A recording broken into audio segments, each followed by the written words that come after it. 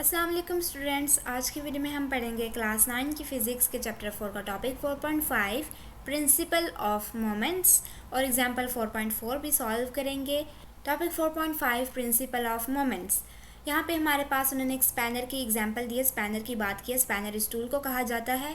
कहा गया है कि अगर एक ऐसा फोर्स लगाया जाए जो स्पैनर को क्लॉकवाइज डायरेक्शन में टर्न करे तो वो फोर्स नट को टाइट करने के लिए किया जाता है। A force that turns a spanner in the clockwise direction is generally used to tighten a nut as shown in figure 4.13a।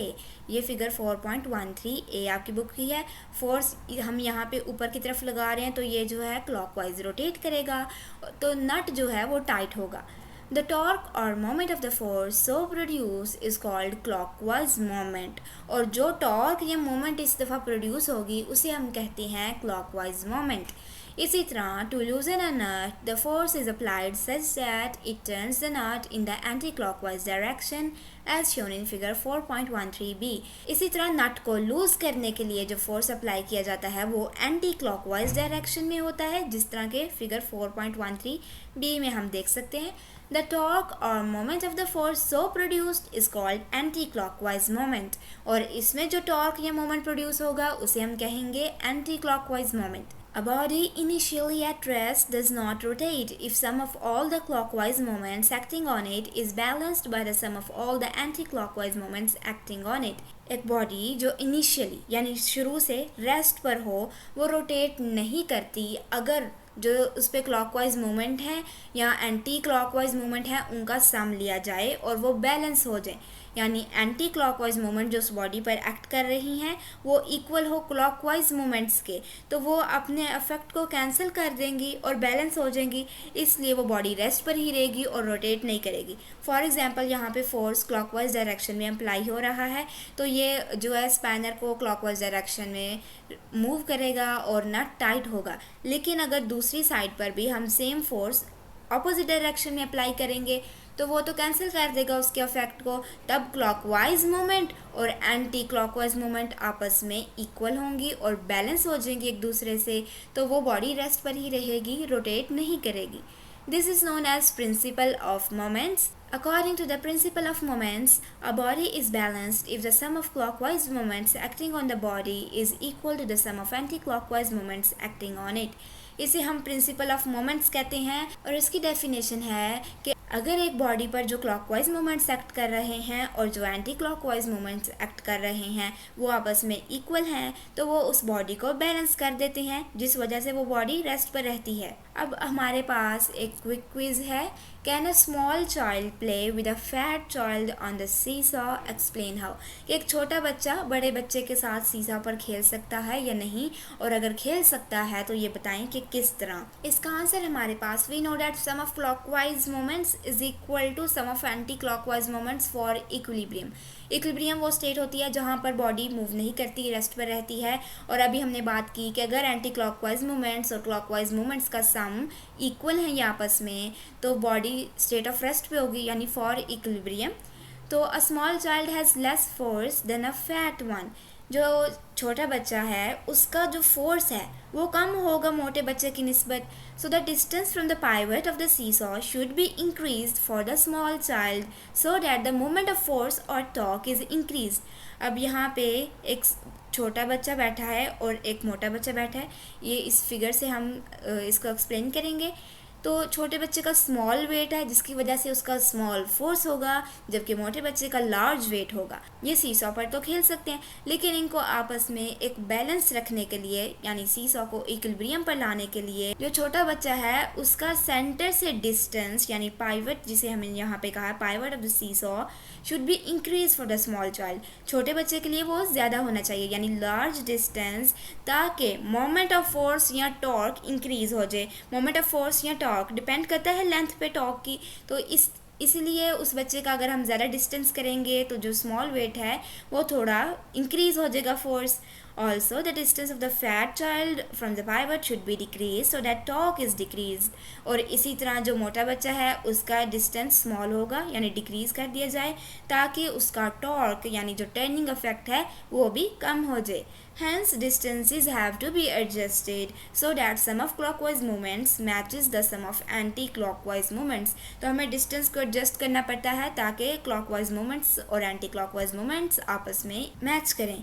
Then they can balance each other. और अगर वो मैच करते हैं तो तब वो आपस में बैलेंस कर सकते हैं यानी बॉडी को वो इक्विलिब्रियम पर ला सकते हैं, बैलेंस कर सकते हैं. अगर वो इस पॉइंट पे बॉडी को बैलेंस कर सकते हैं तो वो छोटा बच्चा और मोटा बच्चा आपस में खेल सकते हैं. अब इसी तरह हमारे पास दूसरा क्वेश्चन है. 2 children are sitting on the seesaw such that they can not swing. यानी वो रोटेट नहीं कर रहे. इस तरह यानी 2 बच्चे बैठे हैं सीसा पे इस तरह से कि बॉडी जो है इक्विलिब्रियम पर है, वो मूव नहीं कर रहे. What is the net torque in this situation. इस सिचुएशन में टर्निंग अफेक्ट क्या है. तो हम कहेंगे when 2 children are sitting on the seesaw such they cannot swing. In this case net torque would be 0 because second condition of equilibrium is satisfied. तो इस case में जो है नेट टॉर्क वो 0 होगा क्योंकि इक्विलिब्रियम की सेकंड कंडीशन सेटिस्फाई हो जाती है.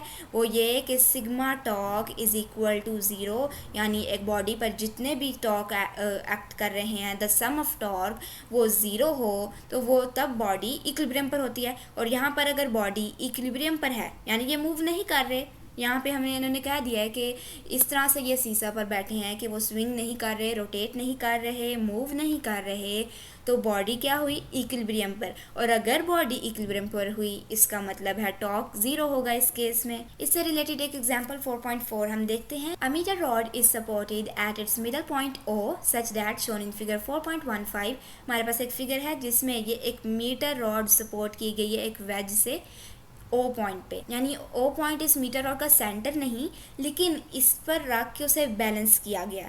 The block of weight 10 newton is suspended at point B.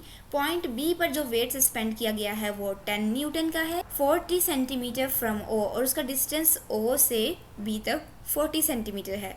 Find the wait of the block that balances it at point ए. हमने उस ब्लॉक का वेट फाइंड करना है जो उसे ए पर बैलेंस करे. हमने एक वेज ली, उस पर एक रॉड रखी और फिर हमने उससे 40 सेंटीमीटर की दूरी पर एक वेट लगा दिया बी पे और वो वेट था 10 न्यूटन का. अब हम एक दूसरा वेट लेंगे और उस वेट को हम इस साइड पे मूव करेंगे ताकि हमें पता चल जाए वो रॉड को कहाँ पर बैलेंस करेगा. तो जहाँ पर रॉड बैलेंस हो जाएगी वहाँ पर हम छोड़ देंगे और इस केस में वो रॉड को बैलेंस करता है 25 सेंटीमीटर से ओ से. यानी ओ से का डिस्टेंस हमारे पास है 25 सेंटीमीटर. अब हमने फाइंड करना है ये वेट कितना है इस ब्लॉक का जो हमने बाद में लिया. सोल्यूशन है हमारे पास W1 हमने फाइंड करना है, W2 हमारे पास है 10 Newton. Moment arm of W1. अब इसका मोमेंट आर्म क्या होगा OA यानी लेंथ है मोमेंट आर्म उसे कहते हैं हम. तो ये इक्वल होगा 25 सेंटीमीटर के. हमारे पास क्वेश्चन में गिवन है, इसे हम मीटर में कन्वर्ट करेंगे और हमारे पास आ जाएगा 0.25 मीटर. इसी तरह मोमेंट आर्म ऑफ W2 जो कि है OB और हमारे पास क्वेश्चन में गिवन है इसका डिस्टेंस है 40 सेंटीमीटर. 40 सेंटीमीटर को मीटर में कन्वर्ट करेंगे तो 0.40 मीटर आ जाएगा. Applying principle of moments. Principle of moments apply करते हैं जो कि है clockwise moments is equal to anti clockwise moments. यानी moment of W is equal to moment of 1 या फिर मोमेंट ऑफ W को हम कह सकते और W1 multiply by moment arm of W2. Moment arm of W2 की बात कर रहे हैं हम तो यहाँ पे भी W2 आना है. यानी उस वेट को यहाँ पे अगर W2 है हमारे पास इस वेट को और इसके मोमेंट आर्म यानी OB को हम मल्टीप्लाई करेंगे तो हमारे पास आएगा मोमेंट ऑफ W2. यहाँ पे बहुत ज़्यादा मिस्टेक्स हैं तो मोमेंट ऑफ W2 हमारे पास आएगा W2 मल्टीप्लाई बाय OB जो कि इन्होंने यहाँ पे लिखा हुआ है. तो W2 मल्टीप्लाई बाय OB करेंगे. W2 हमारे पास 10 न्यूटन, OB है 0.40 मीटर और इनको जब मल्टीप्लाई कर यहाँ पे इनको हम मल्टीप्लाई कर लेंगे. इसी तरह जो दूसरी साइड पे होगा हमारे पास मोमेंट ऑफ W1 और W1 का मोमेंट होता है W1 मल्टीप्लाई बाय उसका मोमेंट आर्म जो कि है OA. W1 multiply by OA और W1 की वैल्यू हमारे पास नहीं, हमने फाइंड करनी है. OA की वैल्यू पुट की 0.25 मीटर. 0.25 मीटर दूसरी साइड पर जाकर डिवाइड हो जाएगा. W1 is equal to 10 newton multiply by 0.40 metre over 0.25 metre. जब इसको हम सॉल्व करते हैं तो हमारे पास आएगा 16 न्यूटन। ये मीटर और मीटर आपस में कैंसिल हो जाएंगे और ये न्यूटन का साइन ही हमारे पास बच जाएगा, और वेट वैसे भी न्यूटन में होता है तो आप न्यूटन का साइन साथ लिखेंगे 16 newton. Thus weight of the block suspended at point A is 16 newton. ये हमारा आंसर है। उम्मीद करती हूँ आपको समझ आ गया है। अगर कोई भी कन्फ्यूजन है या कोई क्वेश्चन पूछना है तो कमेंट्स में ज़रूर पूछिए।